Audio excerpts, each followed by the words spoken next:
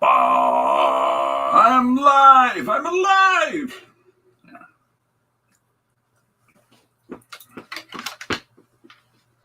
Okay. Hi. Hello, everybody. How are you? Welcome to the stream. We're going to have a great time today. It's going to be a lot of fun. Okay. Yeah. All right. We got some sponsors to talk about. Let's get them up here. There we go. My first sponsor is Bob's House of Fish. We stay open late for the halibut.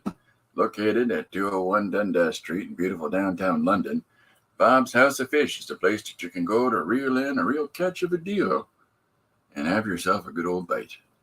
Bob's House of Fish. Also, The Fake Explosion. Fake bands, real music. You think you know music? You don't know nothing. All right, there we are. That's it. Oh, no, that's right. And we're back. Okay, that's pretty awesome. I like the sponsors. I like them a lot. I'm going to keep adding to them. If you'd like to sponsor the show, all you have to do is, well, I don't know what, but. Okay, so we posted today's page, and the page today is rather long and complicated. Frankly, a role-playing game YouTuber read a legal document. There's other ways I'd sooner saw off my foot, but what is that? It's some kind of, you need to get some sponsors? Rubber bands! They're not just for stretching around the house anymore. How's that for one? Maybe I don't understand what sponsors are. Okay, so this is today's page. The suggestion was a horse riding a bicycle while playing a guitar on top of a fourth-dimensional parallax. And that was from Mr. Jim Lujan. Very thankful for that. Hey, it's you. Hey, you. I hope everything's working out for you in your space, Philip. Yeah, so this was Jim's suggestion, which was a tad outlandish, but a healthy challenge. The original for this, bingo, is 11 by 17, and on one of my homemade comic pages, and so I drew this in dipping ink with a tiny little nib, and his name is Chester Polyester, and he likes the disco. So there's and some brushwork, right? Filling in some of the blending and the shades. And then the rest of it's entirely done digitally. So, yeah, this was a lot of fun. This is yesterday's page. And it turned out like this, which was absolutely redonkulous. Oh, Dee Dee's joined us. Hi, Dee Dee. I keep trying to catch up with the stream. Frank is making a game. Oh, my goodness gracious. Frank enjoys legal videos from time to time. Uh-oh, Rachel's here. Hi, Rachel. Yeah, so this is yesterday's page based on a rather complicated suggestion. But that's all right. I like that challenge. I was being silly in it. I'm not suggesting that the person that gave me this suggestion was having recreation time when they came up with it. But, you know, it's just a fun, crazy, outlandish suggestion, so. Yep. All right. So today's musical selection is Charles Bradley. If you don't know Charles Bradley, try him out. He did Changes. He did a beautiful version of Changes. Anyways, which is an Ozzy Osbourne song of all things. But Charles Bradley was a James Brown. He would do James Brown music in live events. And then he started developing his own material. So he's got a whole bunch of great stuff like America. Worth the listen. So yeah, so this is yesterday's page. Gigantor. It's a huge one. It's a rare appearance of myself in a page. So I just thought it was fun to be crazy and over the top with this, and to have a couple of guys My name is Rod, and this is my bro, Bingo. Yeah. Sup? Yeah. So this is a fun one. It's been a weird week because we started on Monday with the bunny page, which is, I don't know what I was doing there. And then we've got the Seagull Devil page, which is a 3-prompter. Yesterday is Sloth versus Sloth. And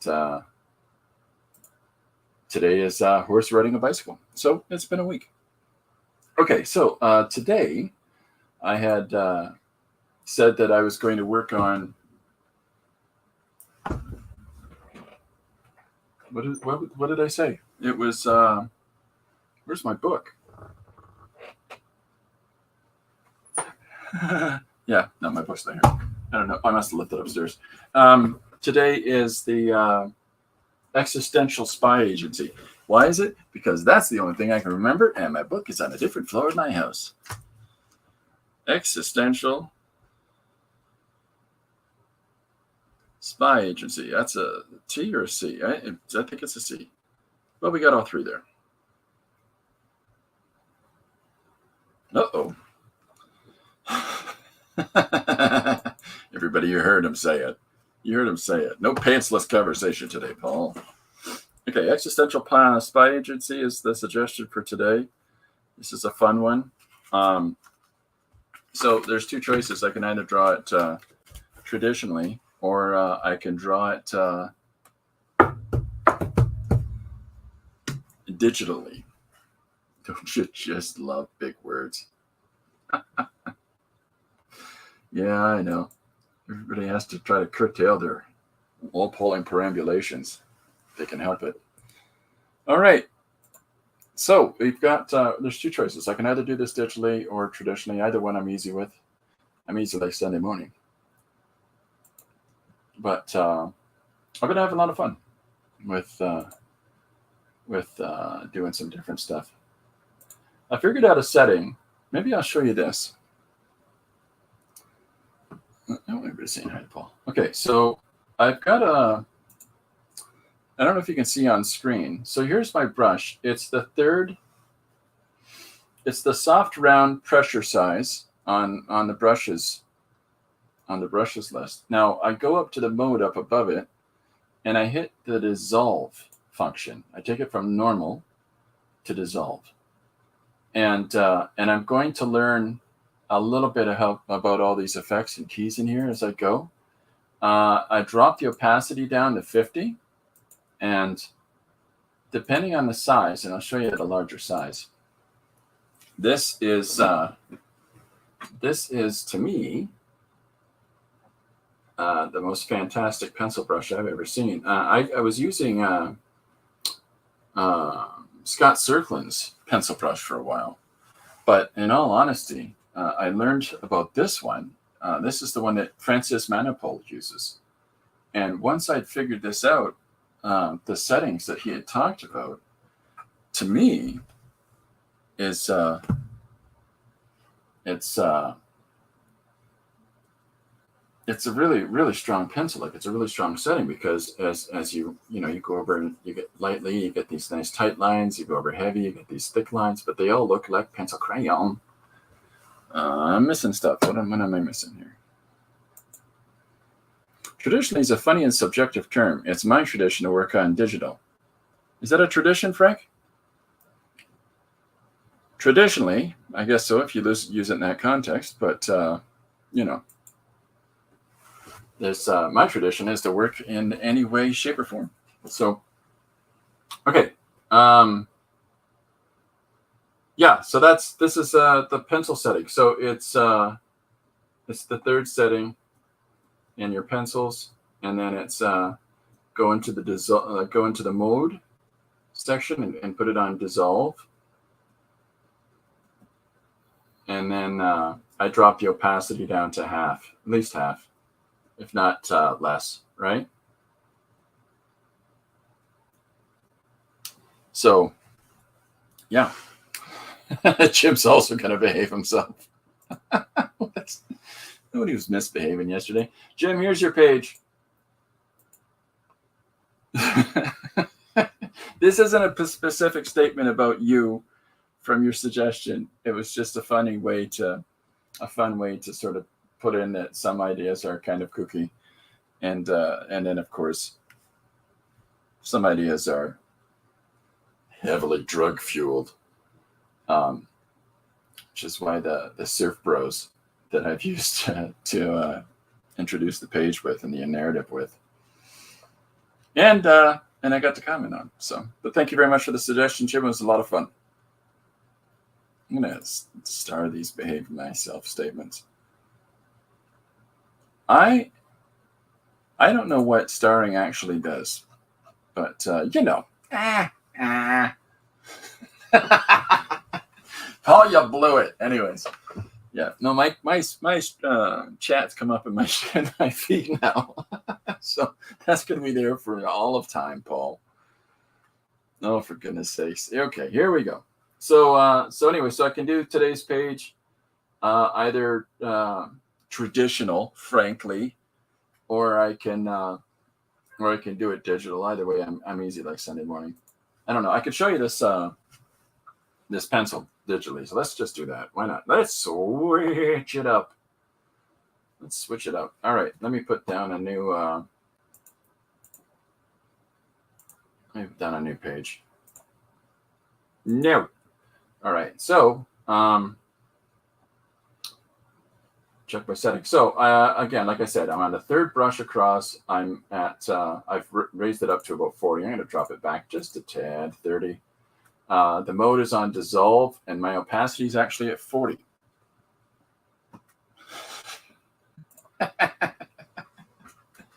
Well, in that case, star. Is it anybody find out if they ever get starred or not? Is anybody aware of that? I'm not sure. It'd be interesting to know. Okay, so today's page, let's get crack-a-lackin'.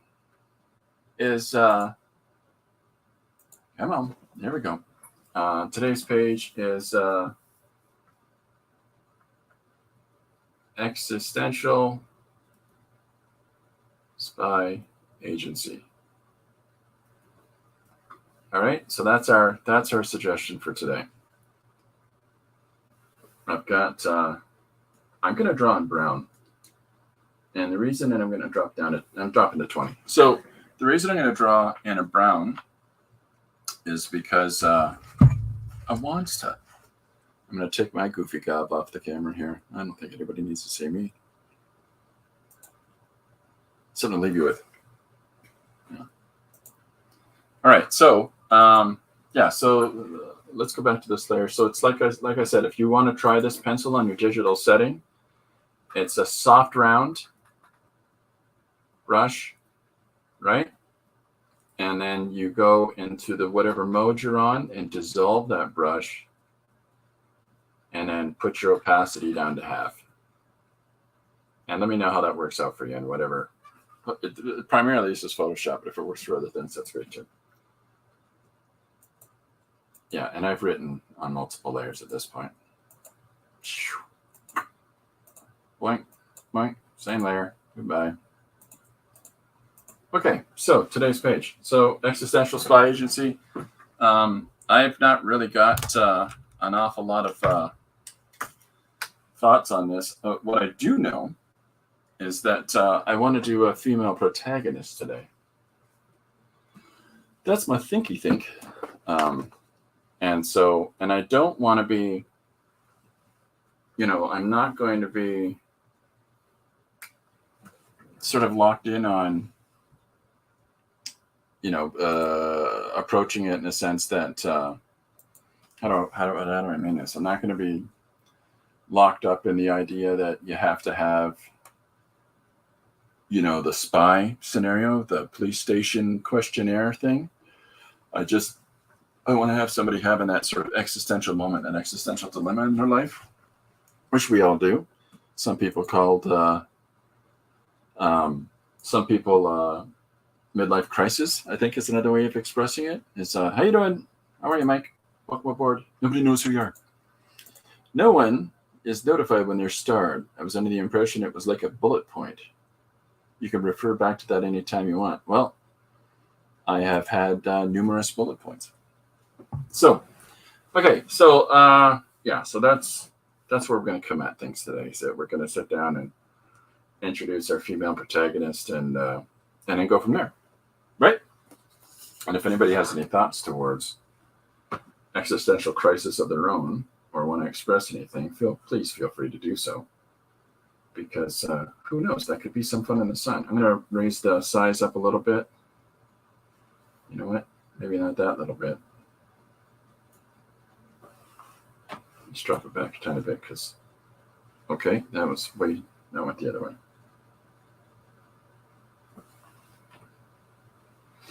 There we go. Thank you. Thanks, Chris. Hey, you're welcome, Chris. No problem, Chris. Good stuff, Chris. Okay, so yeah. Okay, so I'm going to draw right off the hop. I'm just going to put down a rather unimpressed young lady.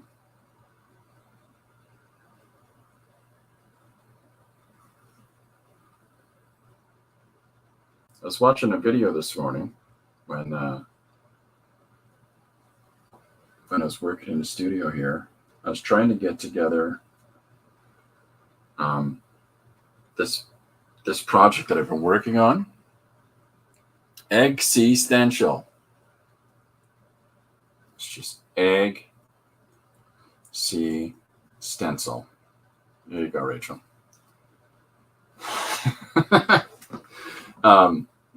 I was watching a video this morning, and it was talking about, in this video, it was a sort of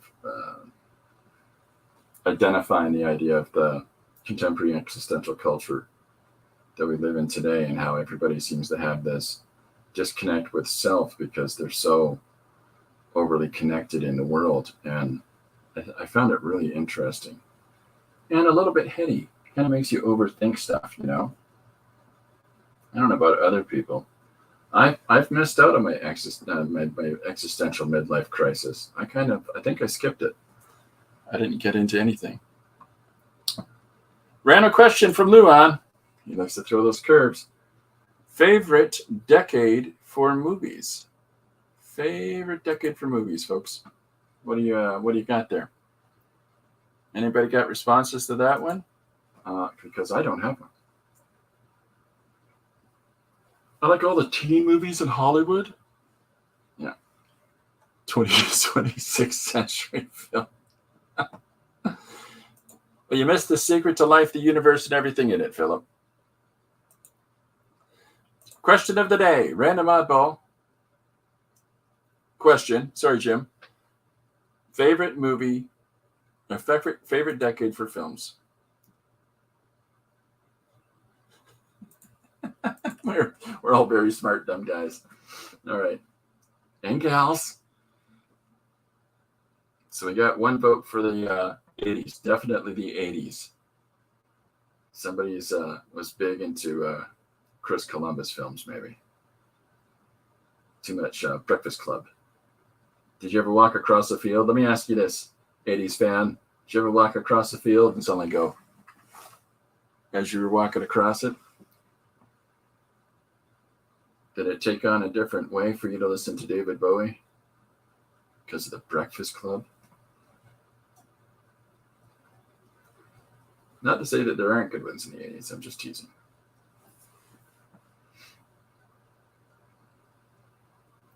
See what I mean by the pencil setting? It's just kind of nice and fun. Rachel cannot isolate a decade. See, I really like noir films. I'm a big fan of noir films, but that is such a large period of time, including today. I mean, they're still going today. But maybe for me, less a decade and more a genre. Because I'm hard-pressed to land on any one specific thing. Directors I can land on, but decades I can't.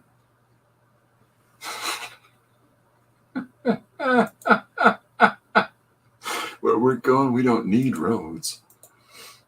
Pulp Fiction, Usual Suspects, Unforgiven. Paul Pate is dark, everybody. Philip is not saying nothing about it. Yeah, he's fist bumped the field. Yeah, I don't have a decade. There's just so, it might seem like a cop out, but I'm the guy that the moment you say, what's your favorite film? So, my brain goes in spasms. From that, I have to say, Pretty in Pink from that time period. My daughter is married to Ducky's brother. What? John Cryer's brother? Are you serious? That's cool. That's pretty cool. That's kind of interesting. It's a lot interesting.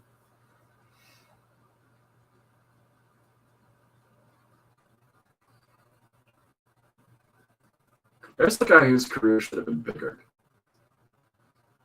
It really should have been bigger. John Cryer, I think, did the best version of adult goes back to high school film, which is an awkward high school 80s trope, right? The de-aging and going back to your youth or hiding out amongst kids, like just, okay. Clearly somebody's trying to cope with something.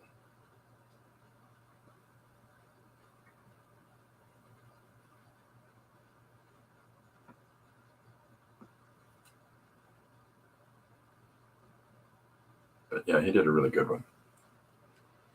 Lex Luthor's sidekick? Wasn't that the guy from Deliverance?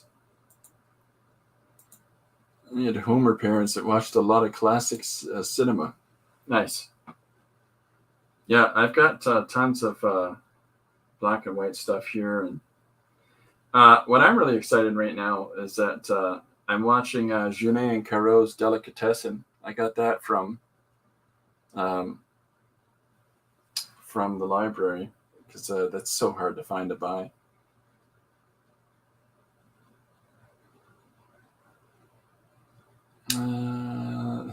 John Cryer was Lex Luthor. Oh no, really? Oh, what? Boomer is not Homer. Rachel is formless. He was Lex Luthor's neighbor and nephew and neighbor.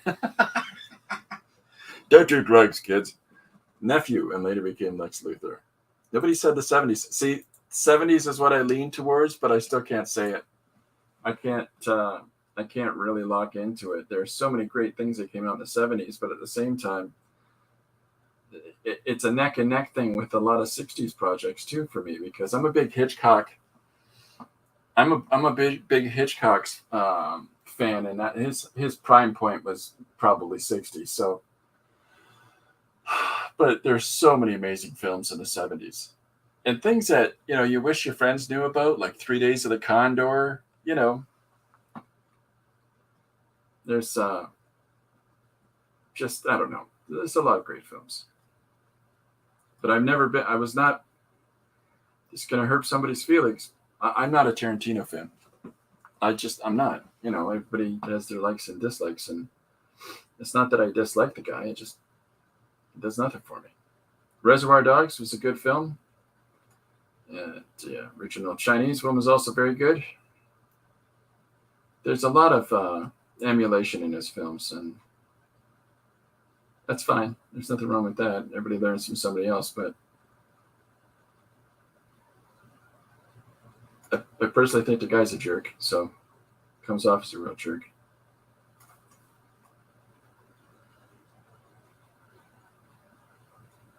I'm a huge fan of John Travolta. Nope.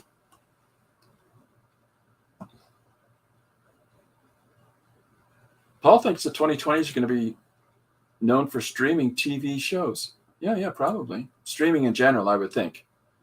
Nobody said Spice World?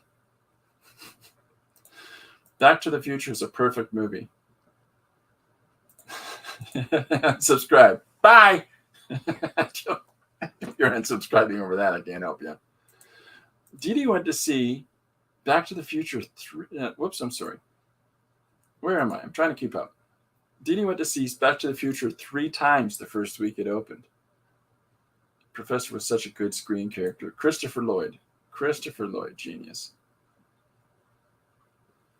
Yeah, I can see where you wouldn't like Tarantino and his films. Not for everybody. Well, the problem is that I like a lot of the originals that a lot of his films are heavily based on, and so kind of after, if you really enjoy a lot of Asian cinema, and then you just sort of go, you see that, you see that, you see that. And, I mean, he does departures with a lot of stuff, but at the same time, you just sort of see it. That's hard to get away from.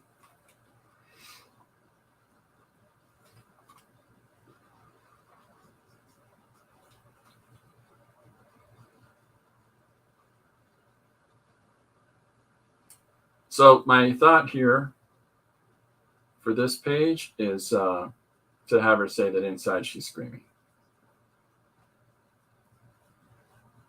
I've lost my cat has stolen my glove for my soft glove that you put on your hand with the two fingers there, so that when you draw on, your hand doesn't stick to the screen. It gets all sticky. So I'm getting a little frustrated right now. I could have a meltdown. I'm getting fussy.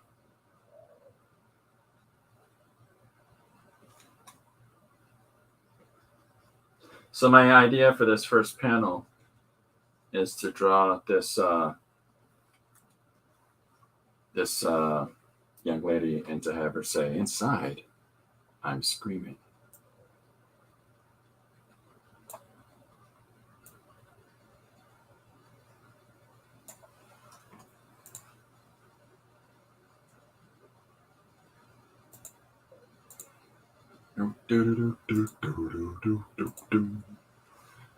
Yeah, if you don't know Charles Bradley, check him out. I enjoy his work a lot. That's what I'm listening to right now.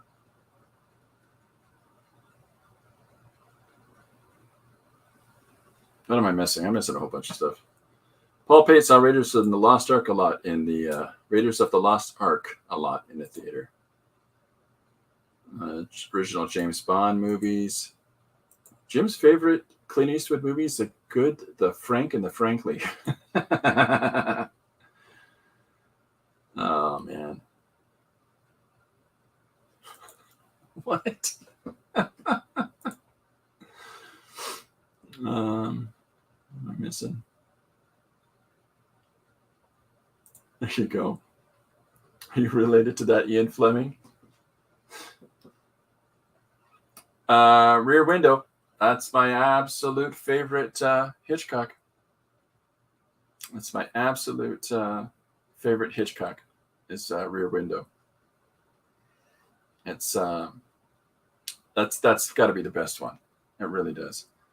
It's for me. I mean, he's got a lot of great films, but Rear Window, I got nothing to say about that in the wrong. Rachel threw me in the bushes. He said Rear Window. Yeah, there we go. Yeah, I love Hitchcock's films. I love Kubrick films. I like a lot of Ridley Scott's films. There's just something about his aesthetic. I like the guy. I can't remember his name right now. He did Addams Family, Men in Black, Pushing Up Daisies was a TV series he did. I can't remember his name, but I really like that director. I think it's not Roger Zemeckis. I don't think it's Zemeckis, but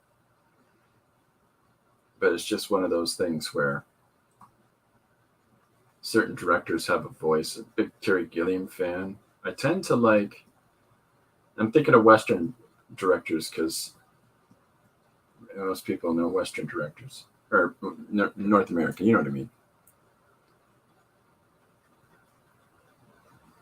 All right, everybody, let's get an education. There's a Shia LaBeouf remake, Chris? No, I'm sorry, Mike. There isn't. Rachel is very distantly related to Sir Ian Fleming. Fleming's actually a reference to the Belgian Flemish Huguenots. Not really a name, so if we follow that line of thinking, maybe. Paul Pate was watching G.I. Jane Barry Sonnenfeld. Thank you, Dee Dee. Yeah, Barry Sonnenfeld's great. If you haven't had a chance to see the TV show Pushing Up Daisies, do yourself a favor and try to find those on YouTube or wherever you find old TV shows. That was such a great show.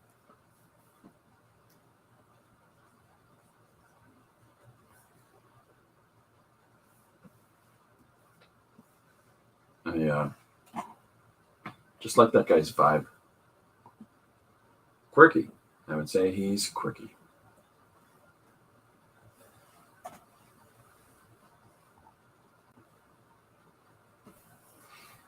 You know, you gotta love quirky.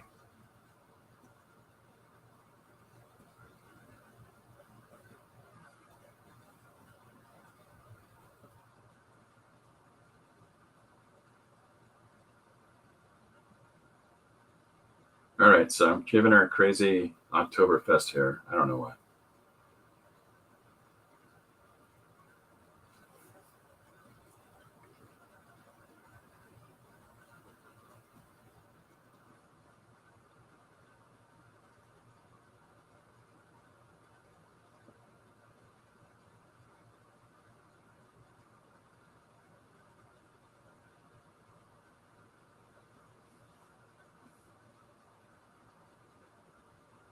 Should have been out here. What am I missing? Hitchcock's rear screen door wasn't good at all. Just a money grab. Yeah, you could see right through that plot, right? You could just see right through the plot of Rear Screen Door. Did you Googled it? Yeah, you found it. That's the best. Princess Bride. Princess Bride is an absolutely inconceivably wonderful film. Frankly, knew the Rear Window trope when he was young before he knew it was a movie. There's a Latino TV show that parodied it. The Simpsons parodied it. Christopher Reeves remade it. What? What are you talking about? Yeah, Rear Window is one of those absolutely wonderful, wonderful films that just it sort of hits all the marks, and you know, it's such a simple approach to making a film, and set dressing and everything else. I mean, that was elaborate for the production, but for us, it looks like a really basic setup, right? And it really clearly comes across as a stage play. For that matter, that's why I like 12 Angry Men so much, right? So saying an actual decade becomes really challenging because those are clearly two separate decades. Alan Smithy films, Anonymous says. I'm not familiar with Alan Smithy films. So I'm a huge fan of Top Secret, Police Squad TV show. I love those things. Who are the Zucker brothers? I think it is. There's so many great little jokes and little things that they do in their films, and surely I've seen it. That's an opening for you.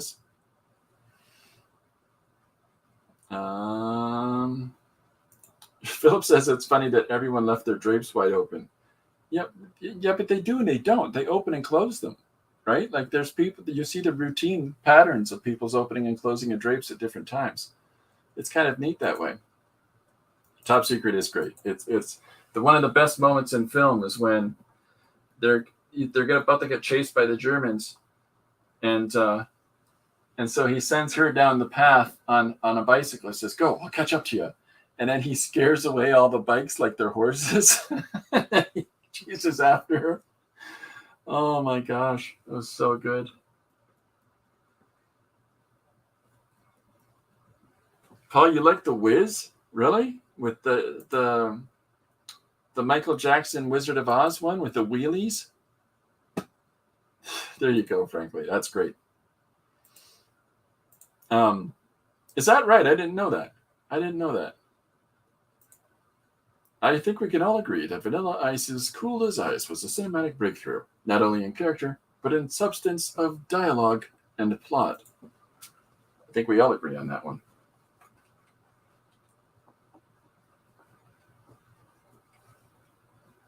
I'm going to soften up her face a little bit. She's a little overly stern.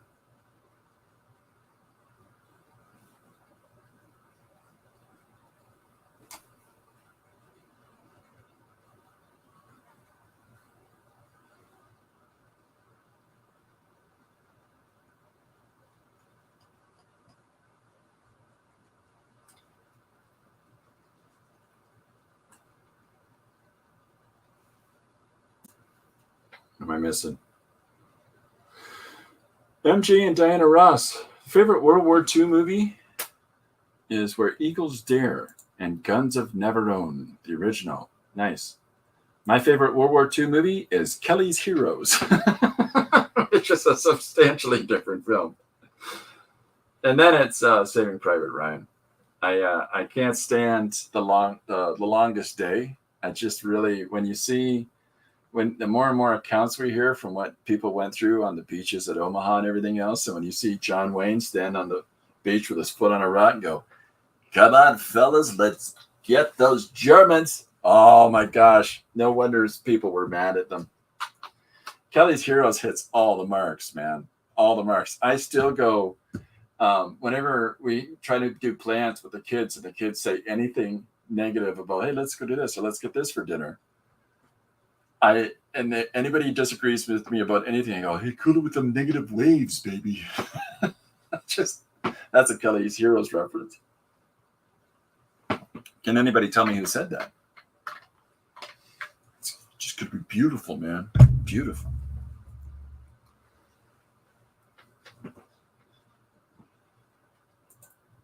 Uh-oh. Rachel's disagreeing with Jim. Uh-oh. Uh-oh. Hogan's Heroes. That was a funny show. It's my favorite show about being a prisoner of war. Come on, Pilgrim. Yeah, the remake that the Coen brothers did of True Grit actually managed to enhance True Grit. True Grit was a good film. It really was. But the modern one with Jeff Bridges as Rooster Cogburn, holy camole. Holy guacamole. Right back on here. I'm still on the eraser. I just tried to draw like 15 lines with the eraser set, and it said, hey, you know what? You're not drawing any lines right now, Jack.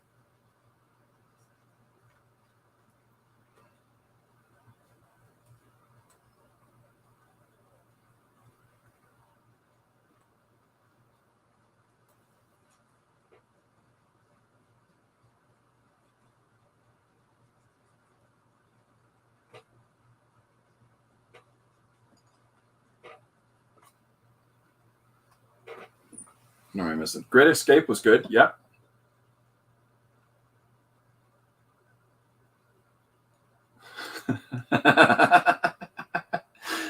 I'm going to disagree with Jim. Not because I disagree. Just want him to get going on a rant. Come on, Jimmy, rant. The Great Escape was the best.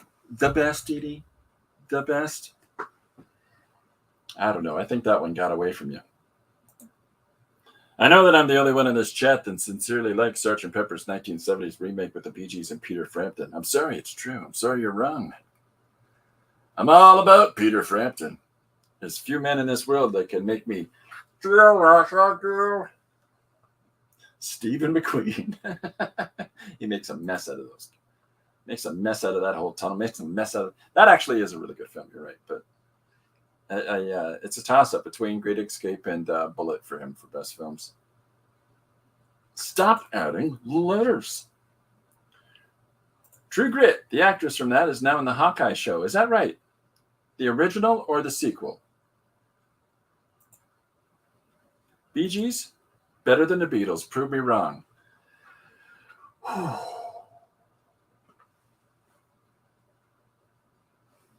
Just calming the rage. It was a tone of voice hushed when you mentioned Steve. The best prisoner of war movie. Did you see the new one that just came out with Ed Harris in it? There's a new POW film in that Ed Harris was just in about some guys breaking away from a Russian gulag, and that film's kind of nuts. Let's go outside it. Challenge. The gauntlet is thrown. I don't know.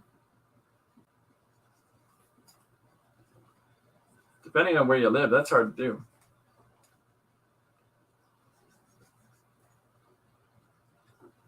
Especially if they say Beatles? Are you talking about books? Letters? Bee Gees? Like letters, right?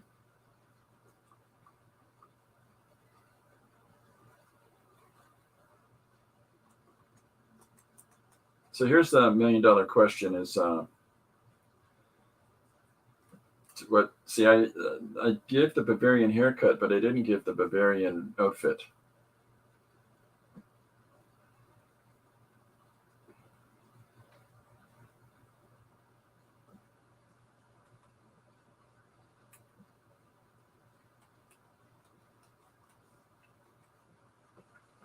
Where are we at? Dee Dee didn't care for the Bee Gees or the Beatles. Oh boy. War of the Gargantuas.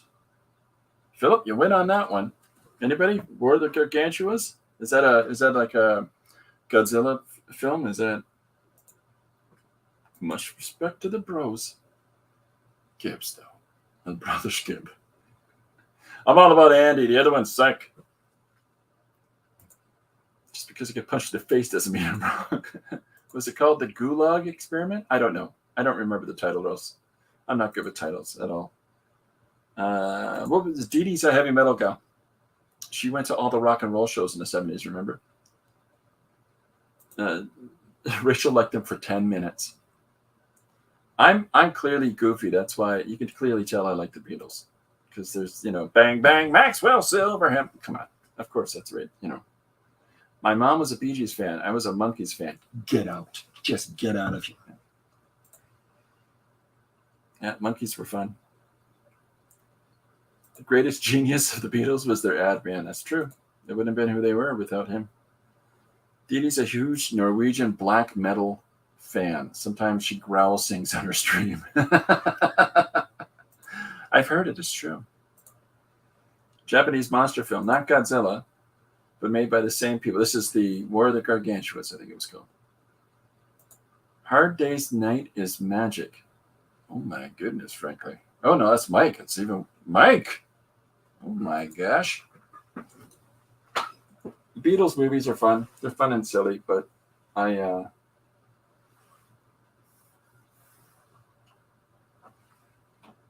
get it. It's really just sort of fan craziness, right? Like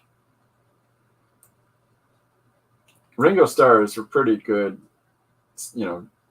continuous rhythm drummer, though. I was actually a big Monkees fan when I was growing up. That's that. You guys are Canadian brothers. Zeppelin, Sabbath, Humble Pie, AC/DC, Rod Stewart. See, even Rod Stewart.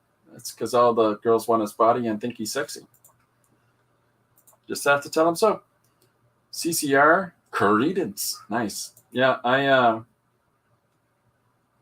kind of a. Let me tell you about what I've really haven't been enjoying lately. It's oh, that's fun. War of the Gargantuas is one of Jim's favorite all-time movies. Let me tell you what music I'm really enjoying lately. It's the Fake Explosion. Fake bands, real music. Think you know music? You know nothing. Seriously, go on. There's a link there. Go check it out. When Mickey Dolenz leaves us, I will disappear for weeks to mourn. I'm sorry. I thought he already did. I apologize, Frank. I can't keep track of who's alive and who's not, whatnot. Where's Waldo? Doodah and doodah. Okay, so my intention for this first panel is to have the lead character here standing in a doorway is the intention, and suggesting that inside she's screaming. That's the dialogue. That's the whole way I have envisioned this page. That's it. That's all I got for it. That's what popped into my head. Yeah, Mike Nesmith started MTV with his mom. He did it with his mom. Frankenstein Conquers the World are really great. Nice.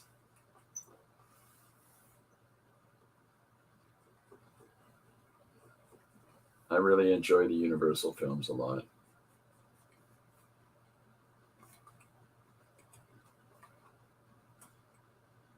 There's so many good ones.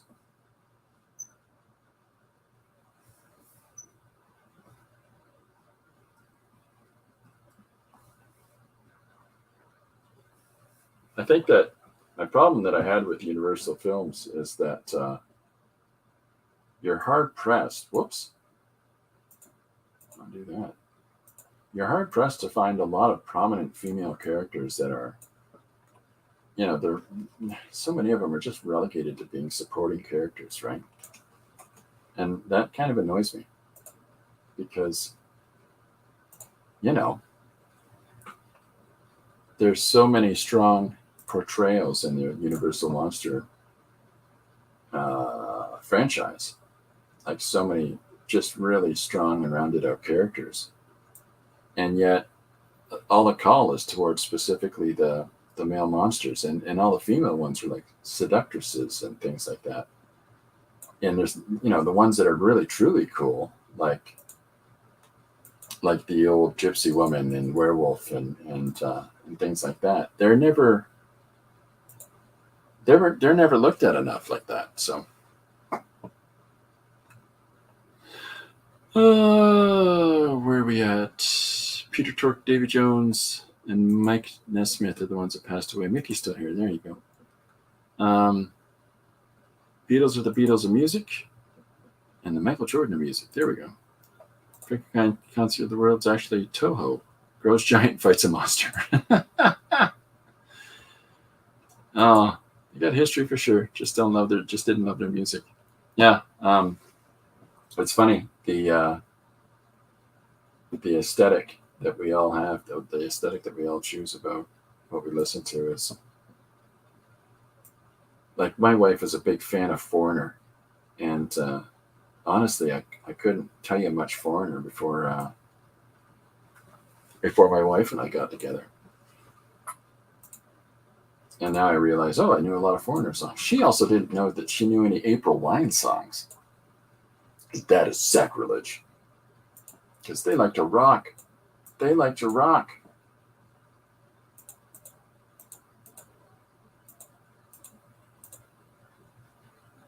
So I put that on this. That was dumb.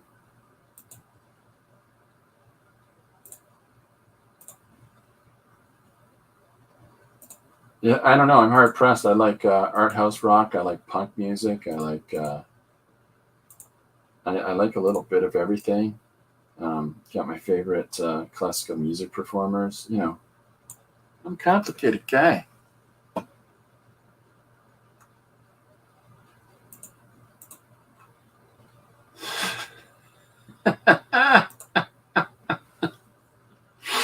Oh my God. Oh, hey, buddy. Sorry, all of that's a ripoff of Gotcha, man. Slow down. You kids. You youngsters. You babies. This is me giving an opportunity for everybody older than me to point out that they're older than me. And those of you that think you're older than me to try to point out that you're older than me. Yeah. Gotcha, man first, Battle of the Planet second. That and Ultraman. Those were the two big ones that were really popular in North America. And then suddenly everything under the sun.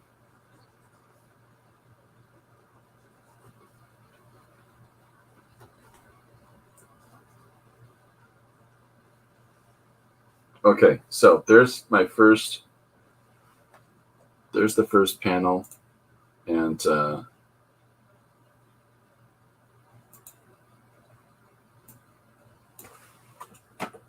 put this second panel on here, and I should have gone back in my steps and killed it, because I don't want it there, it's just all up in the grill.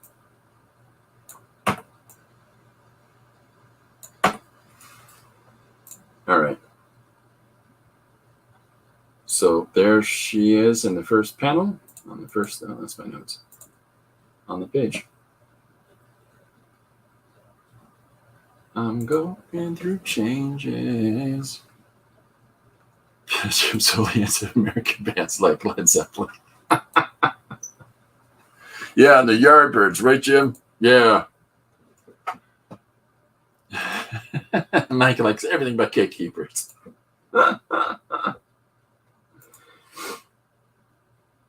Yeah, there's so many good things out there. It really is just a case of finding the one that sings to you, right? So much stuff out there. And it's funny, the revisionism that we do now societally, like, nobody can listen to certain things anymore. Like, it's, well, that person's a pervert, or that person's, you can't listen to Ted anymore because he's a flat out Republican. It's kind of a crazy thing, right? I'm gonna leave that for now.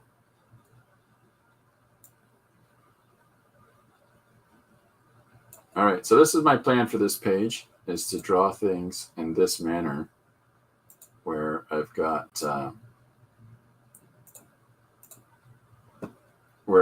stuff set up so that I can have the panels vertically set today instead of, and moving across the landscape of the page, but at the same time, doing so in an up, the bottom to top sort of format.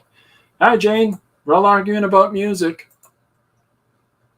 I was actually I was actually listening to Paul McCartney's greatest hits, and it includes his Wings stuff, and I forgot how really interesting some of that is.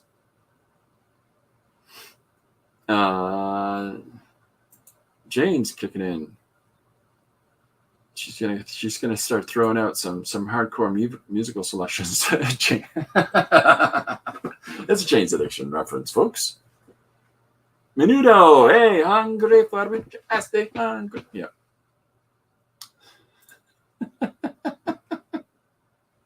No, it was the later. It was the post Menudo.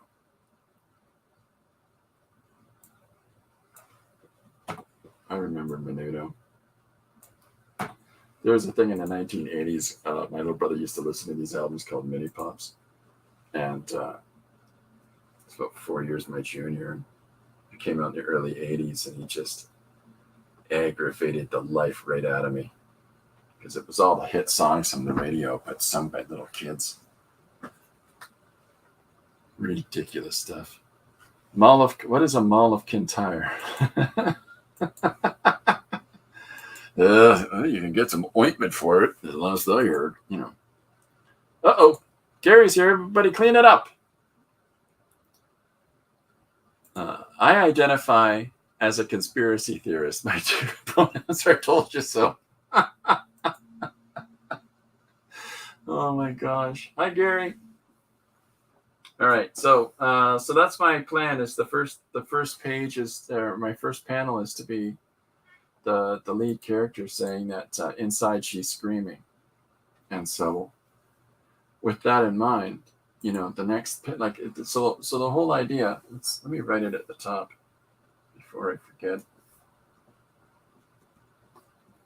Existential T or C.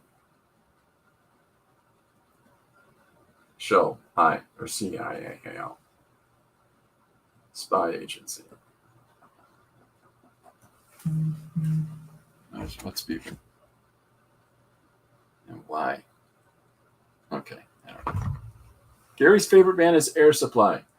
Like I said, I think I said this yesterday. There's no greater way to torture your teenagers in the back of a vehicle than to duet Air Supply with your partner. There's just no greater way to do that.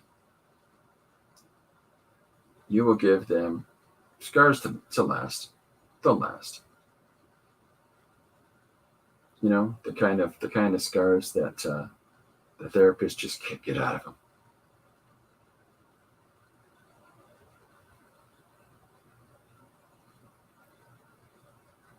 All right. Well, so am I in a new level? Yeah. So script wise, here's inside. I am screaming. So the idea for this page is an existential spy agency. Is that I want to have a spy director say, if you could go and find out their plans, if it's not a problem for you, I don't want you to do it unless you do it yourself. It's all about whether or not you feel compelled to do it. That kind of a ridiculous debate. And so because of that, I want to have this sort of interplay back and forth between the two of them.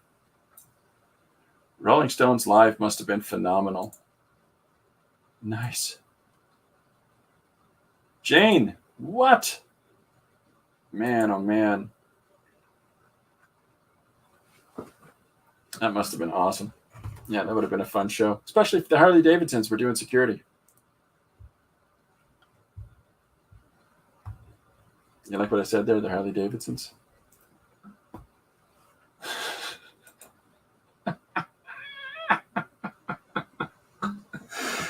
Oh my gosh, there we go.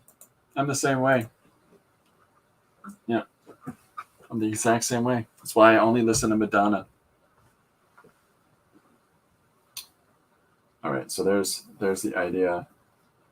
And then the next text here is going to be, if you feel like it.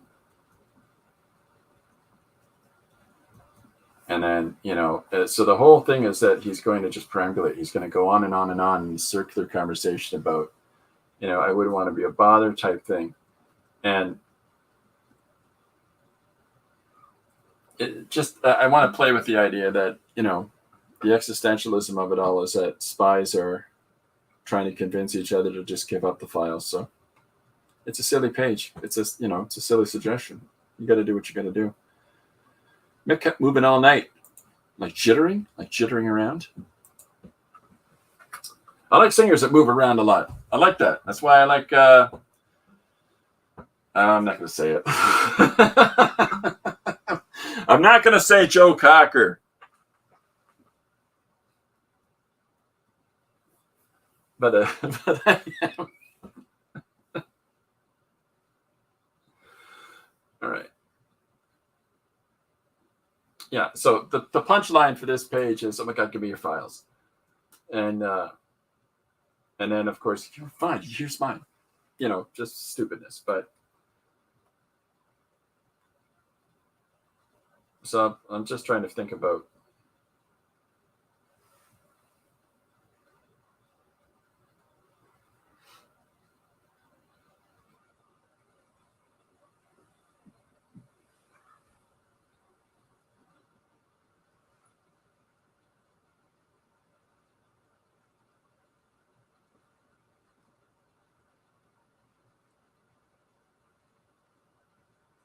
Oh my God. Like the teenage gyrating, I hesitate to watch. Oh my gosh.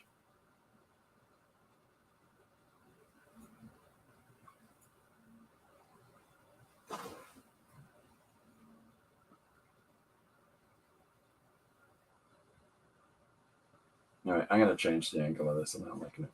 All right, I got an idea.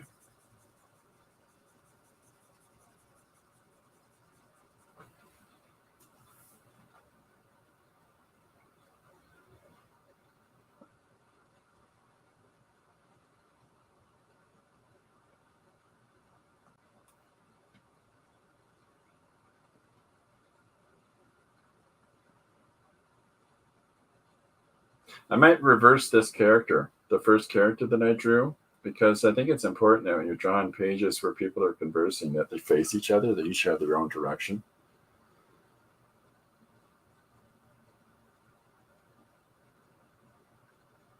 I mean,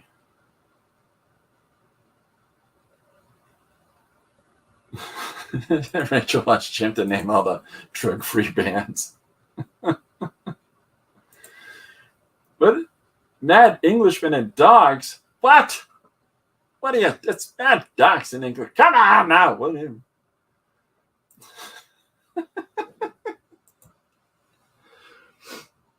Smart actors. Smart actors.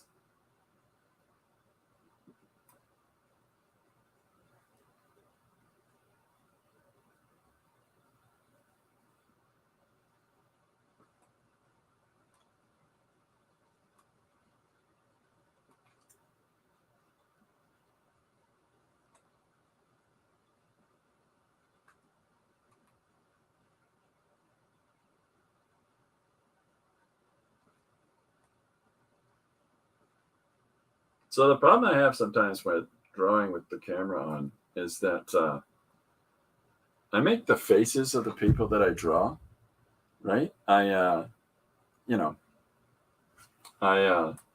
so if I'm drawing something going, I'm doing that in, off camera.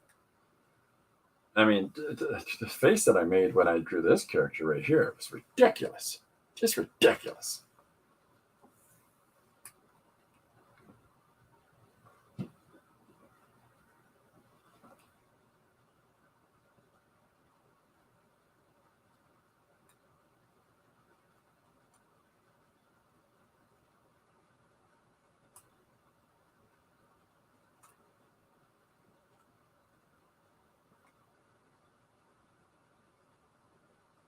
I don't know. I like things like the Boomtown Rats, stuff like that,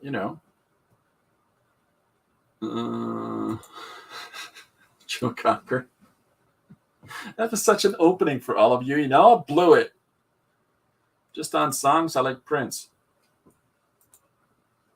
Well, I only like William. I don't like Harry. I used to like this guy named Charlie, but then he changed. Now he's Mr. Big Stuff.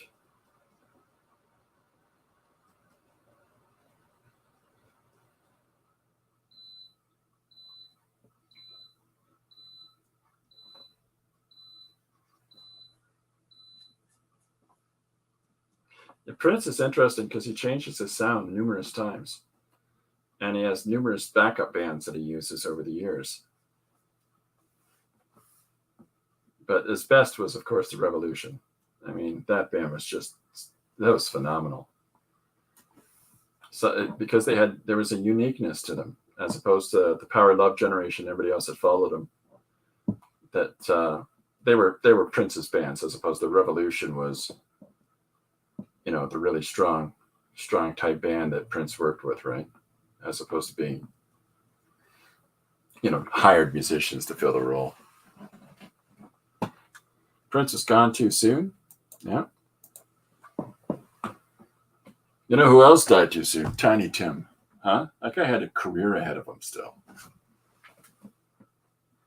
This is where you insert your tiptoe through the tulips now joke.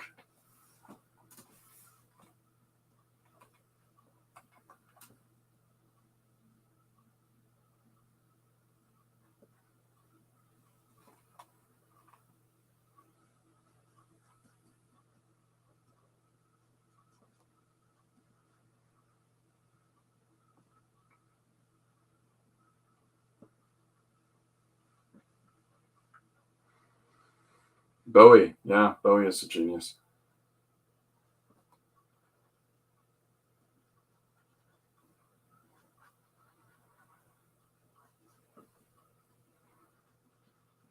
Very chameleon aesthetic as well. But that's why these guys lasted through decades, right?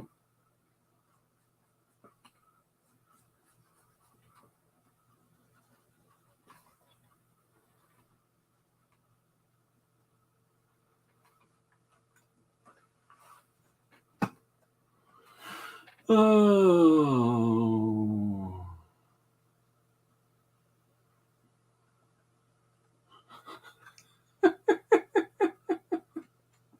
I'm not going to pull some of these up. Yeah, there you go.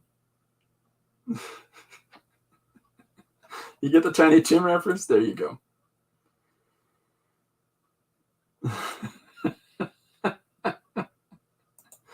Yeah, secretly, I'm always wearing orange shirts underneath my dress shirts. There you go.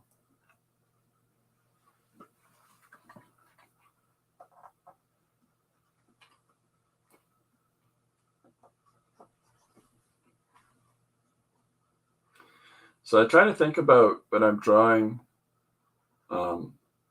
This is something that I was talking to a class recently, one of my friend's classes, and one of the things that the kids and actually one of the teachers there actually forget to do is that when you're drawing heavier set people, there's a tendency to draw their hands thin, whereas you have to recognize that if you've got a fuller body, then your hands are going to have a little more thickness to them, right? And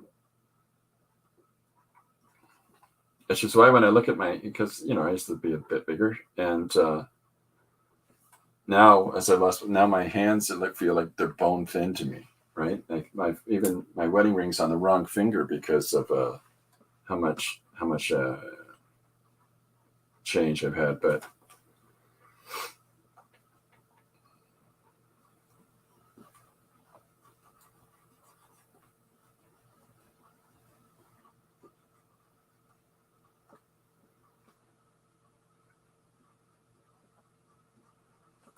So let me try to think about how I did.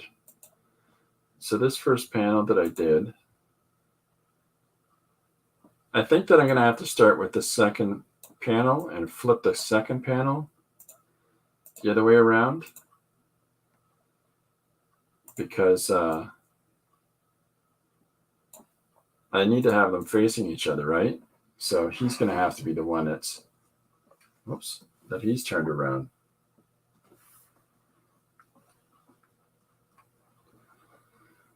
I got a nice compliment the other day about my coloring. Somebody said, "You color better now," which I think was meant to be really nice. Okay, what? Jane? What are you? Jane? Uh-oh, what's happening? We're all about pants again.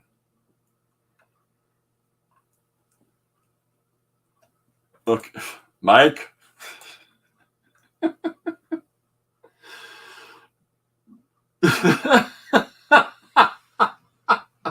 Paul, Cat and Pasta said, "I'm just here for Pantless Paul. Where is he?"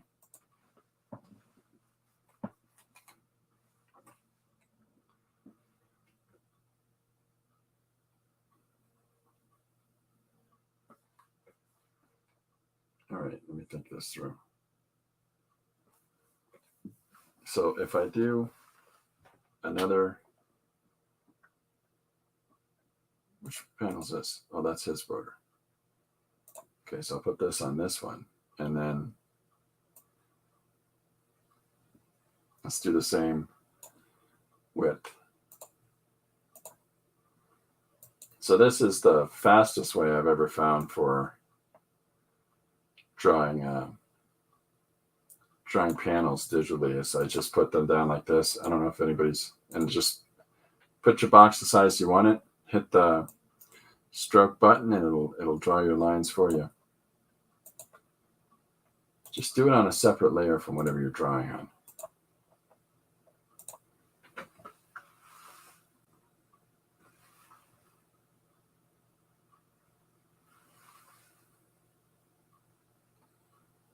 All right. Cat, well, good timing, Cat. Welcome to the circus. I saw Pantless Paul open for the Strokes last summer. Oh my God. It's pretty good. Oh, it's my fault. Pencil. There we go. So I'm trying to keep this consistency of this character now. So I've got the raised eyes. So I blew up the same image that, I've got here I'm blowing up the same image that I've got here for the next panel. I want to bring it in a little tighter on him for that sort of emotional investment for the reader. And then I'm going to close his eyes, which is easy to do. Don't dry the eyeballs.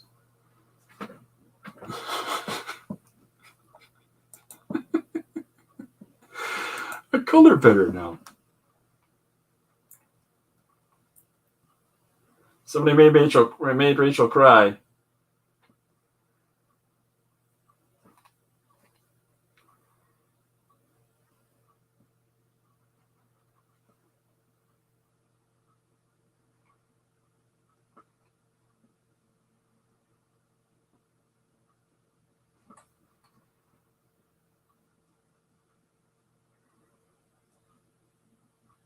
Trying to change formats again. That's why the different page layout here. And since every one of these things is sort of about trying to find story, trying to find a conversational story, trying to find an anecdotal story, trying to find, a little comedic riff, whatever it is, I want to pursue different opportunities to lay that out and to put that together.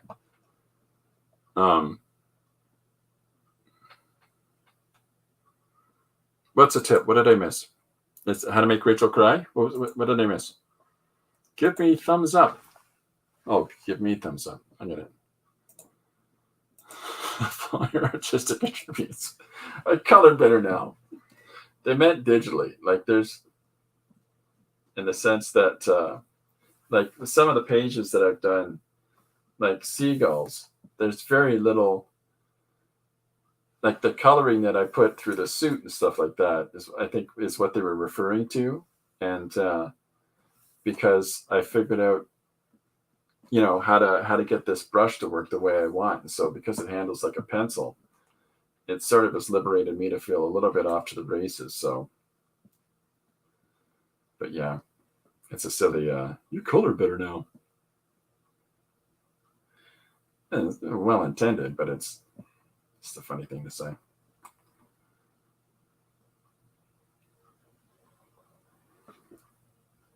So I'm thinking about the same, trying to portray weight here.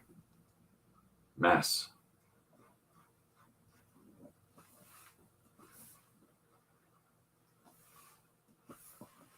What am I missing? Don't put in the eyeballs for closed eyes. Is that vector format? No. I'm going to be honest. I don't know what vector format is or how to do it. My wedding ring's on the wrong finger. Great sad country song. I think it was by Tammy Wynette. No, I think it's Glenn Miller. Or Glenn Campbell. It's Glenn Campbell. Write a song about that, Jim. Do I stick to 4 colors for printing? Everybody does. Technically, the 5th color's ink, or metallic ink, sorry,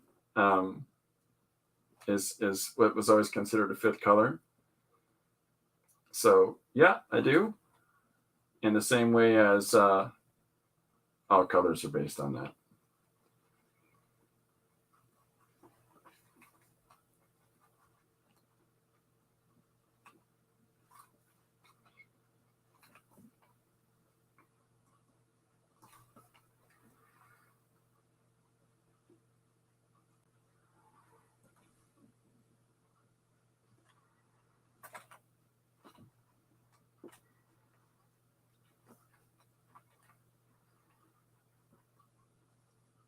So it's the same thing. You got to put that suit the same way.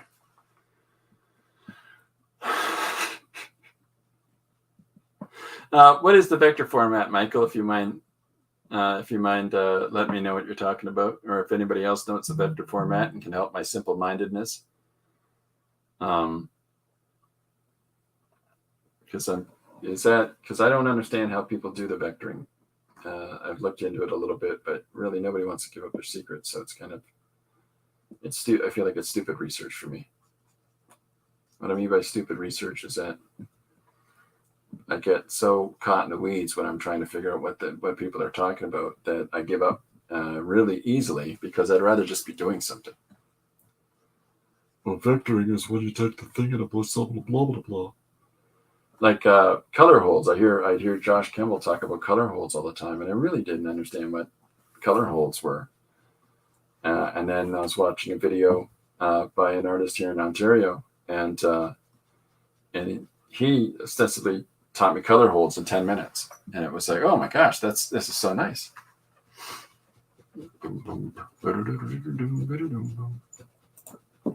Yeah, there sure is everything. Like there's this one jerk, and I hear that anything you suggest to him, he'll, oh.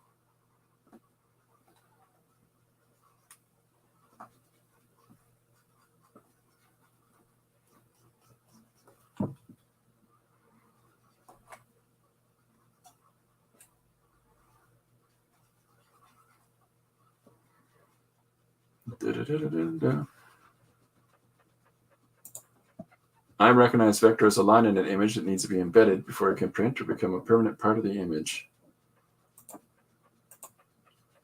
It is like a note editing. It never loses detail no matter what size it is.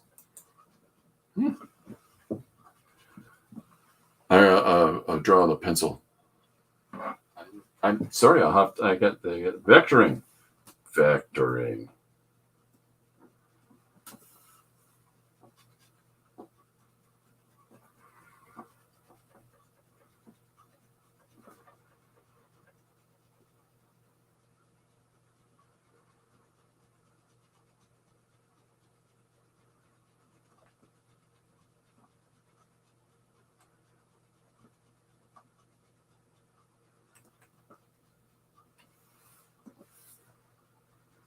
ASM.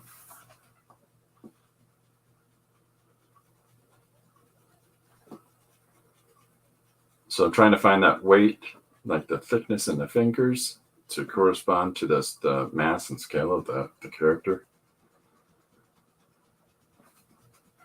Get those hands filled out a little bit.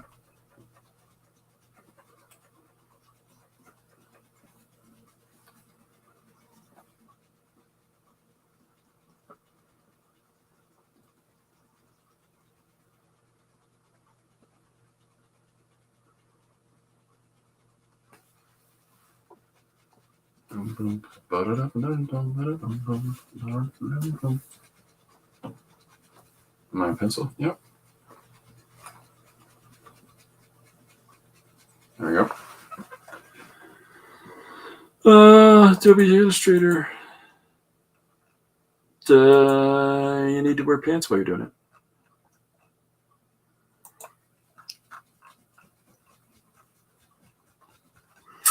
Anybody have a favorite movie soundtrack? That's a kind of a fun question. There's all kinds of really great. I know what you said, but I don't know what you said. I like how you said it. I heard you. I don't understand it, but I love that you said it to me. That is my mother's response to everything I've ever done. It's she'll show up at an art at one of my a gallery opening or something like that, an art show or something, and she'll go, I enjoy this painting. I like that you did it. I don't know what this is every time.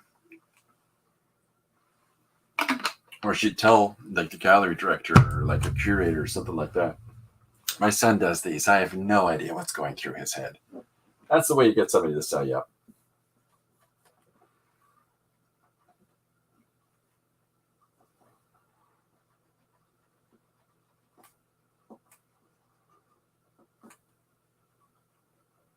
So I'm just following what I've set in this previous panel by making sure I have some of this stuff down on the desk.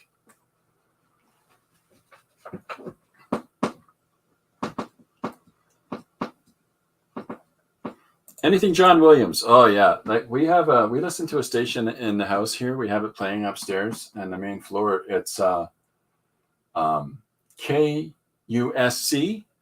It's in California, and I think it's Fridays or Saturdays. They play motion picture soundtracks. Like they play pieces from Harry Potter and there's a lot of John Williams in there. I honestly believe that John Williams is possibly the best composer of the last 50 years. I really do believe that John Williams will be remembered in the future amongst the big ones. I really think so, because if there's a single person that has an impact like the way he has, I couldn't pick a favorite. And then what's his name, who did Nightmare Before Christmas and Batman, and he has a very specific style, but he's also a really good composer too.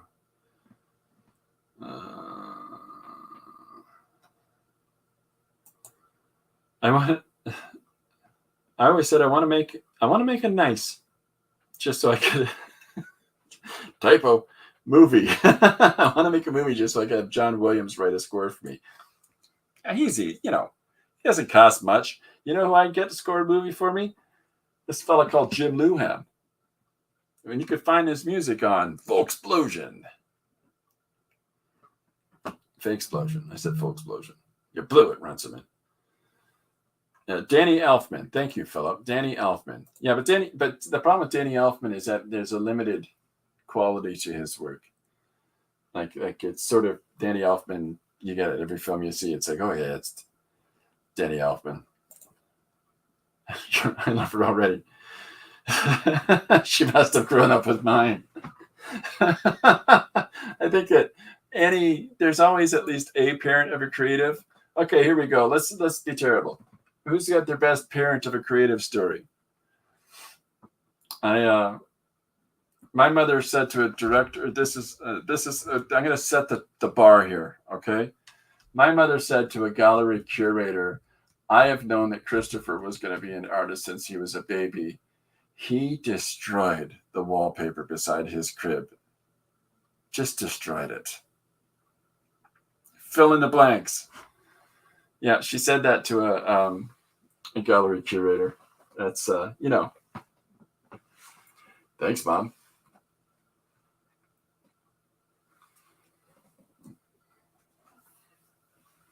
All right, so I think I'm going to jump over to him again. He's become the lead character of this piece as opposed to her. So I'm going to pull back the camera this time, though. I pulled in for this shot. And I'm going to pull back out again, but smaller than the first one around.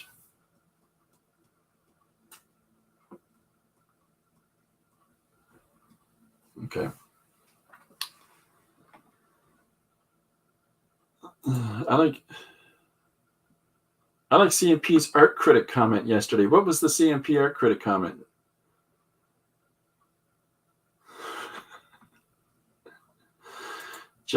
Jerry Goldsmith, James Horner, and John Barry all close seconds. Oh, for composers for motion pictures? Yeah, they're all brilliant, but I really think that Williams is going to be remembered historically. Okay, Cat and Paste. My dad said, I can't believe I paid all that money for her to draw naked people.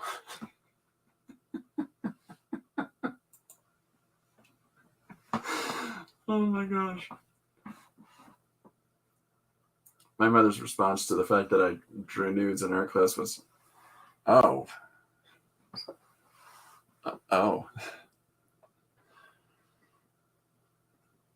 I'm sorry if my talent exceeds your perception. That's a great responsive remark.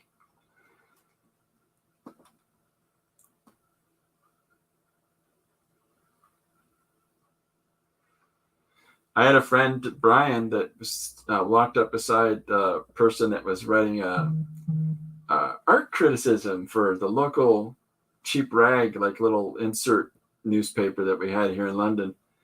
And he walked up beside her, and as she's looking at anybody's work, he would walk up beside her and he kept saying things like, I like it because I feel like it's didactic, yet without being dogmatic. And he just had this bevy of these things that he would walk every time he ran into her at the show, he'd hit her with another one. Talk about bewildering a critic. This is something that should be this should be on a t-shirt, guys, right here. I'm sorry if my talent exceeds your perception. Hey, how you doing, Melissa? Elisa. I'm not sure which one it is. But is this Alyssa with the magic hands? Hear me out. The miniature hands? Is that the miniature hands? Yeah. Rachel says, my father was away on course. I sent him a postcard with my deepest emotions. He returned it with grammar.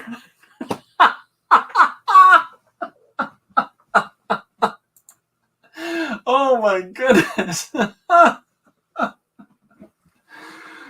Thanks, Dad. These are my feels. Well, I appreciate that those are your feels, but the specific term is feelings. No daughter of mine.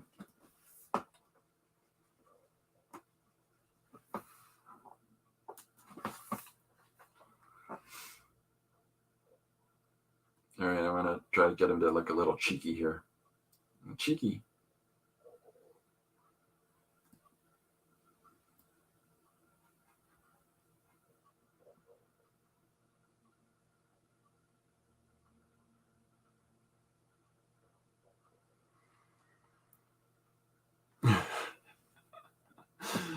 Oh my goodness.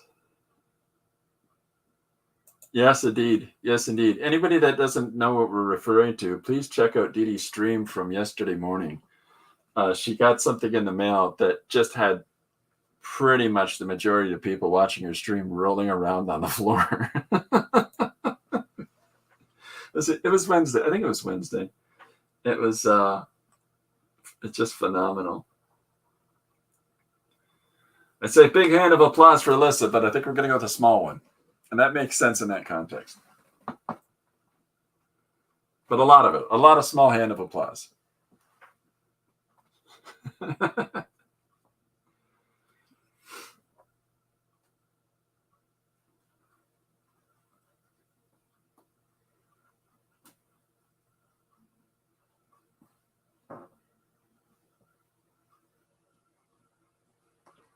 So at this point, I'm going to have him handing across the file. See, I'd initially considered doing this as a Sam the Private Eye, but because it's a spy agency, I don't want to use my Sam the Private Eye character. But if anybody has any new suggestions for a Sam the Private Eye piece, let me know. And if you're wondering what I'm referring to, I think I posted a couple of them beforehand. If you go through my Instagram, through all the ridiculous pages that I've posted. But if Sam the Private Eye is this little private eye recurring bit that I do, recurring one page, he's the worst private eye. It's the dumb approaches to telling private eye stories, like the cops are torturing him for information while they're trying to, but they're actually just feeding him pudding. Just dumb stuff like that. But I did one recently. I did a Sam the Private Eye that starred, let's see who was in it. Jim was in it. Gary's characters were in it from DVSM. Paul Pate was in it. It's pretty fun.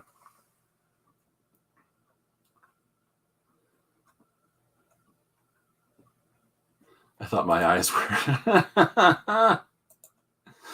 Yeah. Oh, yeah.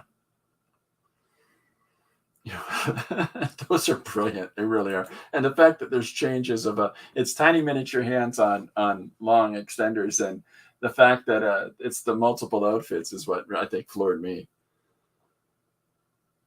And was it the Pantless Pole calendar? No, Frank and Philip are working on a calendar. Do you make puppets? Oh, that's a great question. Oh, that's great. That's great. Oh, yeah, maybe that's something to consider. Maybe that's something to consider, Liz.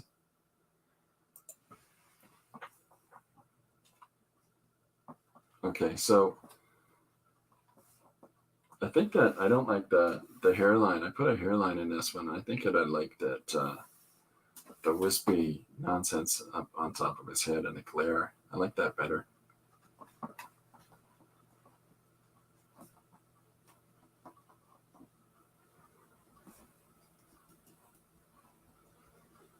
So of course, the last panel here, the idea is that I need his hand in the foreground as he's holding. So let me think about this. And I don't know if anybody else does this, but I'll do this in the air and then turn my hand. This is how what would that hand look like? But I'll do something as ridiculous as that to figure out how to draw that. Dee Dee's laugh is so contagious. Yes, indeedly.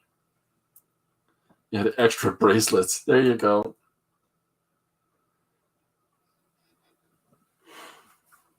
Yeah, they're so funny. Miniature arms.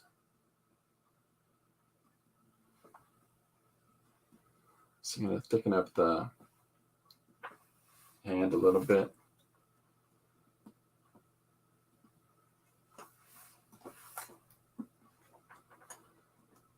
So here's the file that's been sitting on the desk that we've had through the two previous panels, right?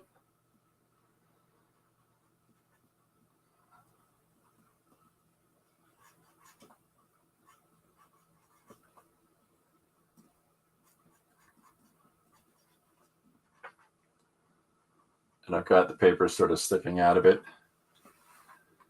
Philip said no. Take care, Philip. Good to see you. All right, so there's the passing of the information from him. And a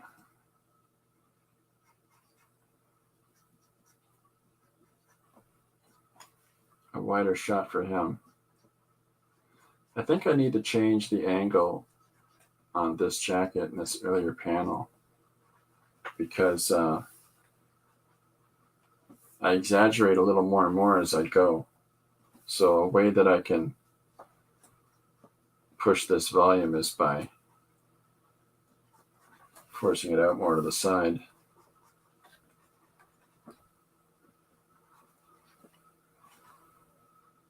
There we go.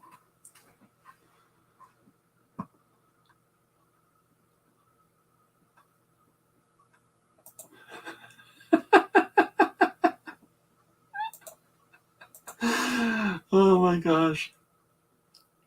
Catch you soon, Philip. Was that a hold back from sending a bunch of bracelets and clothes? Oh my gosh. Oh my gosh. Oh, dude, he's gonna hand all my clothing. Here's some fabric. A bevy of fabric. Buy 2 of everything. I'm just waiting to see when Dee Dee incorporates these 2 long arms into her Barbie photos. That's what I'm just waiting for.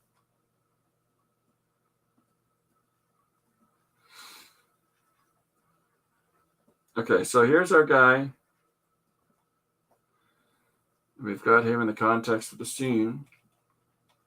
And so because we know that he's behind the desk there, what I need to do now, though, is in the foreground, I'm going to jump up a layer just in case I make some mistakes here. But I need to have a file.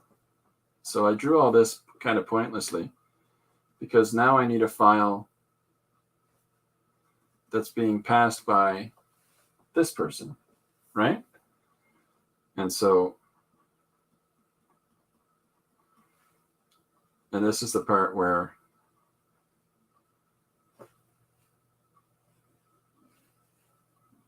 see, I did that thumb backwards. You think about when you're thinking about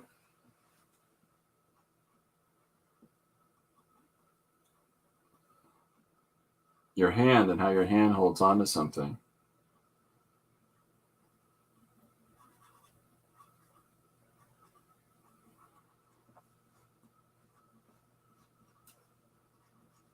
Just sort of make sure your thumb's going the right way.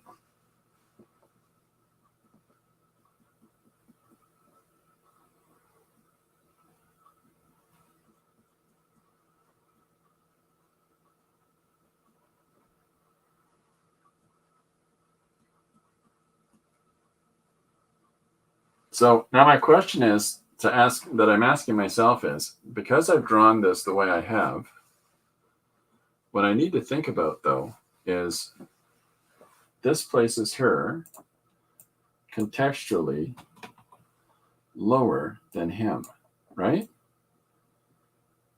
So she needs to be higher up. The arm coming out from her needs to be higher up. So, I mean, to the extent that, do I need to consider this being the placement, right? Which subsequently means, do I need to readdress the character down below and move him, reduce him down a little bit and move him down. And this will give us the cut shot of the scene. But at the same time, Chris overthinks things. Have you figured that out? It's called overthinking.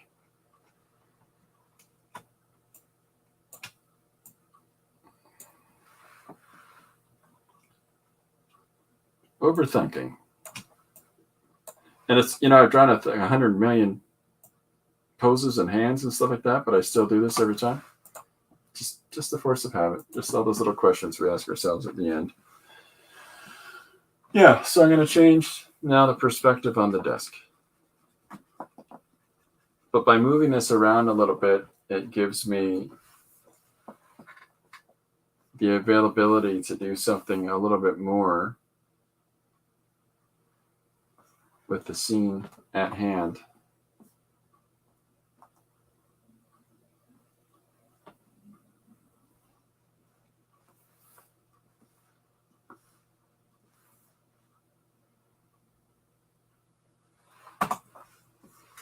There we go.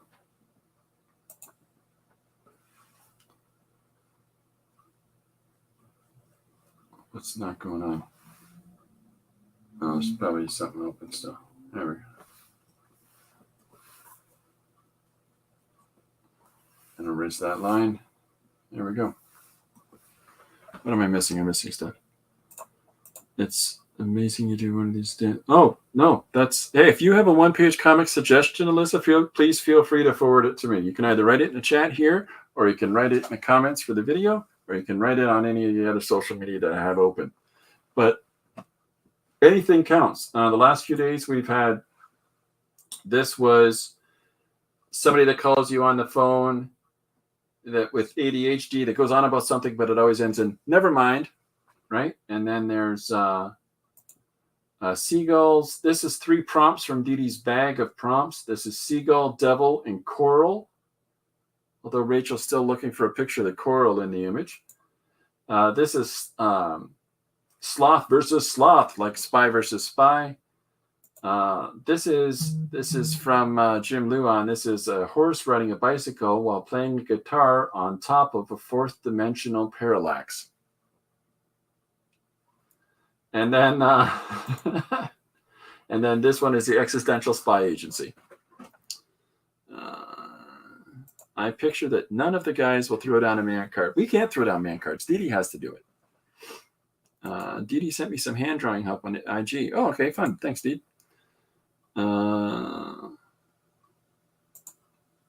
variety. You think that's variety? Check this out.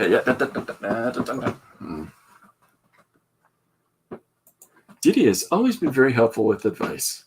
Today, hand drawing. Lurking. Chris, you provide a lot of joy. I hope the universe repays you tenfold. That's too much tickling, Jim. Too much. Too much tickling. Ladies and gentlemen, and if you get an opportunity to, please go and check out Jim Luhan's "Hey Man, how's your movie going?" stream that he does every couple weeks on his channel, where he talks about the process of making an animated film. Super cool, super fun. I really enjoy it. It's a good one.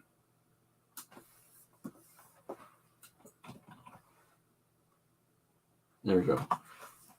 Just want to get more of that face in there. So I have to remember, for continuity's sake, I've got to keep this cup on the table now too, right? Because I had him drinking from it. So it's those little things that you catch yourself with. I've left that up there. Sorry, Jim. Yeah, Jim's upstates are fantastic. Hey, when's the next episode of the show, Jim? That's a terrible Gary Hodges impression if I was trying to do one.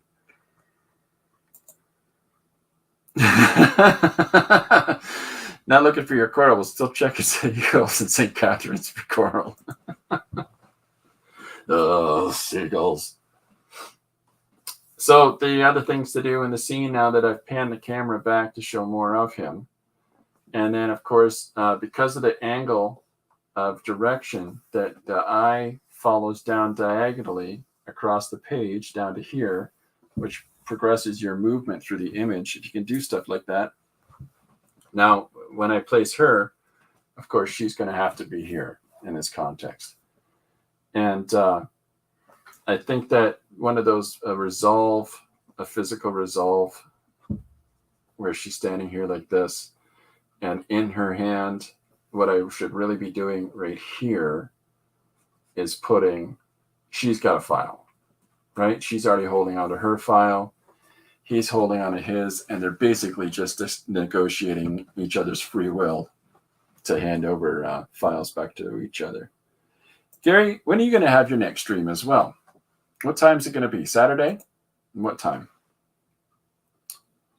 That's a good question. Everybody check out Gary's streams as well. He has just finished illustrating his third book. It's genius, and it'll be soon being released, and he's going to print copies of his first, second, and third together. It's going to be really cool. I'm looking forward to that a lot.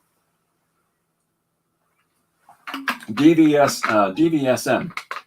And I think that DVSM is genius because other people will listen. Like if you say the title in the long form, and then some people will just automatically dissociate it because they'll say, they'll look at aspects of the title instead of looking at the total piece, the total work, and whatever they thought by their assumption on the aspects of a title, like, Mars bots or dinosaurs, they're going to completely miss out on the genius that of dialogue and pacing and scene that Gary has got in his books. So I love that you're switching to DVSM.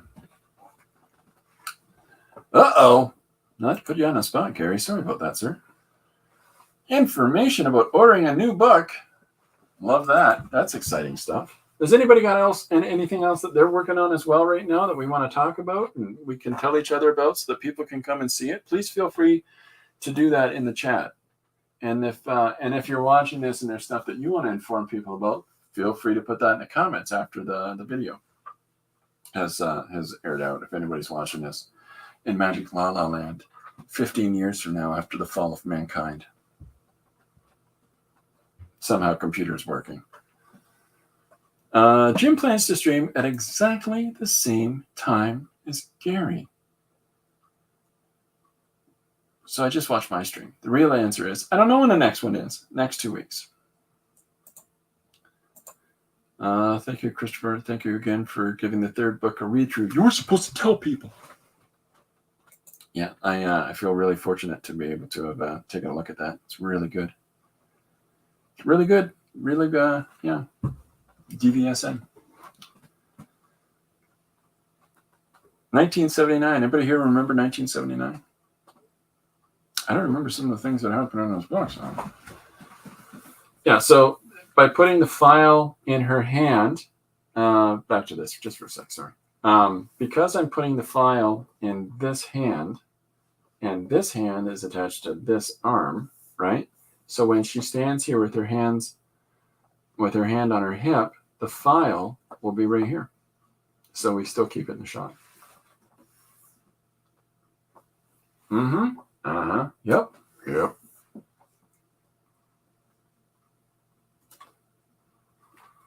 But there's our roughed out page. What are we at? 144. A couple more seconds here. Wrap it up. That's not bad. We got this put together in an hour and a half, 2 hours. Gary remembers 1979 fuzzily. Like he had a bear?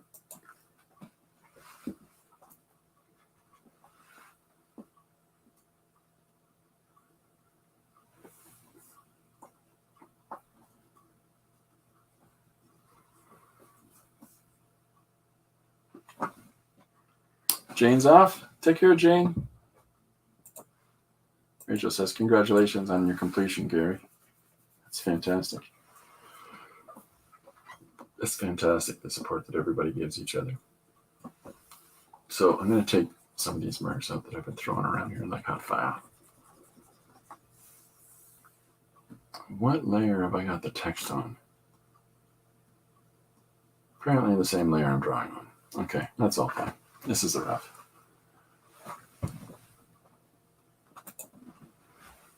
Yeah, if you've ever wanted to get some insights into how to animate projects and the processes in methodology and thought and the creation of books, and both Jim and Gary's streams are really informative for both of those things. So.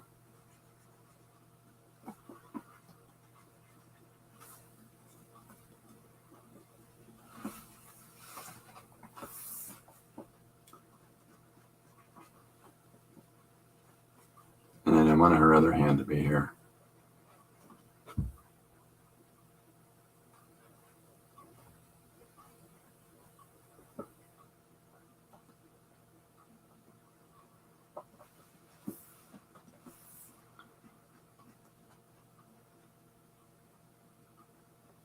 I know some people are like, what the hell kind of way is that to draw a hand? Works for me.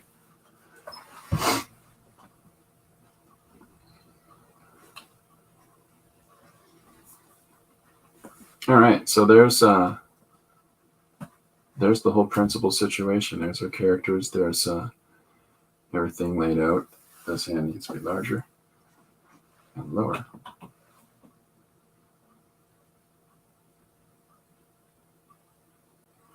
I like that angle, but lower. Yeah.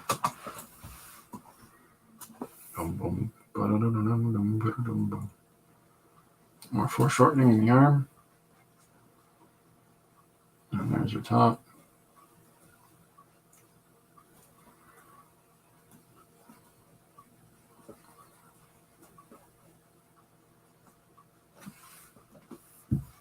Oh, there we go.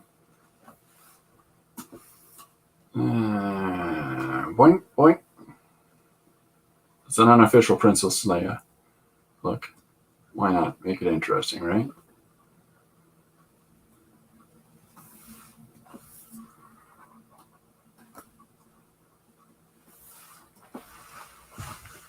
Okay, yeah, so this comes together pretty good. So here's my notes on it, and just to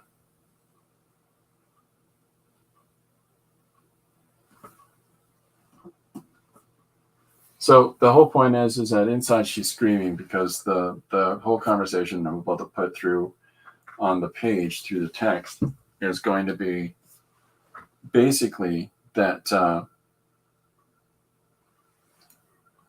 the idea is that she's antagonized by him and his whole passive aggressive, well, if you feel like giving it, I mean, I know we'd appreciate it. And her response is, you know, of course, we'd appreciate it if you give us yours too. That'd be great, you know. And I mean, we've been talking about this for how long? I don't know. And so it's a really passive aggressive approach to, you know, to making each other feel like they're obligated to give each other's secrets. I got to do a sideways take on everything, everybody. But there we go. We got the whole page laid out a little bit, and I'll finish it all off tonight. And it'll be really pretty. It'll be so pretty. I think I'm going to do this in like a really dark kind of noir-y vibe. I'm going to go for a little bit of a heavy ink with like a heavy ink vibe, heavy ink feeling to it with some of that overlay that I like to do, the little zipatone. So, you know, I think it'll be fun. Oh, thanks for hanging out, Dee Dee. Super cool to see you. Hope you have a great day. Yeah, so that's it. This has been fun. I had this whole topic I was going to talk about today, and clearly I got sidetracked. That's fine. It's just somebody asked me, somebody sent me a message that said, you know, what is the deal with posting a page a day? Is it like I talked to them, you know, on the phone afterwards, and I said, what's the deal with doing a page a day? I mean, that's ridiculous, and isn't that a lot of pressure on you? And so, and then at the same time, my wife and I mentioned something to me about positive pressure and negative pressure. Healthy art objectives, right? If you can figure out your own timetable and your own scheduling and your own reasoning behind what you need for your process, and then maintain that within reason. Like I have a really solid schedule, really solid routine through my day, and I allot X amount of time for this in the afternoon and X amount of time for this at night. And the rest of the morning I've got to spend doing other things, other projects for other people or myself, and primarily other people for the last little bit. And then I do my way of the house husband through my afternoon, evening. So yeah, if you can figure out a healthy time and a healthy allotment of creativity space for yourself, then that's healthy. That's a healthy art objective. Whatever you can allot for yourself to do within that, and if you know your capability and understand that and stay within those reasons, I think that's a positive one. If you're pushing yourself or you're setting up all these objectives and you're setting up all these challenges for yourself about, I'm going to do a 600-page comic this year. Cool. Have you done a 600-page comic before? Well, it'll be my first comic. Then it's not going to happen. It's just not going to happen. That's a massive, massive hurdle you've set up to climb over, right? But if you can give yourself, I'm going to give myself this much time each day and see what I can put together, that's a different thing, right? So, hey, Rachel, thanks for hanging out. Oh, my goodness, she's going to replay it later and laugh some more. You're part of that. You're part of the making the jokes for those laughters, so that's great. Yeah, thanks for hanging out. It's been a lot of fun. I'm gonna be signing off here too in a second. Listen, if this is your first time, or you're anybody that wants to, if you suggest one-page ideas, however, and if you scroll through the social media stuff and see the different kinds of things that people suggest, because I put it in the comments what the suggestions are generally, if I can remember what they are. Feel free. A couple of sentences. I'm not asking you to write War and Peace. I'm not. I'm not working scripts. I'm just, if you've got a silly idea, a silly notion, put it down there. We'll put it in the book, and as I can get around to it, I'll do it. I'll write and draw a little story for it, and probably not the thing that you were suggesting, maybe, but maybe close. Like, I don't know if other people would think of a little devil riding on the back of a seagull, but that this is just a 3-word prompt page: seagull, devil, coral, right? And this is an extensive and really fun suggestion that Jim Luan made for yesterday that I just went on a tangent with. Sloth versus sloth is just a riff on spy versus spy with sloths, right? So anything goes, really. This is a friend who calls you on the phone that has ADHD and just runs on a tangent about something, and it always ends in never mind. So the fact I used the bunny to illustrate that's what I mean by turn sideways a lot. So feel free to suggest those yourself, and anybody else that's watching the stream, and especially if you haven't done one before, everybody's more than welcome to. But that's it. I'll be back 2:00 tomorrow for the Friday edition. Monday to Friday, 2:00 every afternoon I do this. And it's a lot of fun. I appreciate everybody coming out and hanging out. And you're all more than welcome. And Sunday I hit 100 pages since the start of the year for the one-page project on Sunday afternoon, which is bonkers. So it's not 100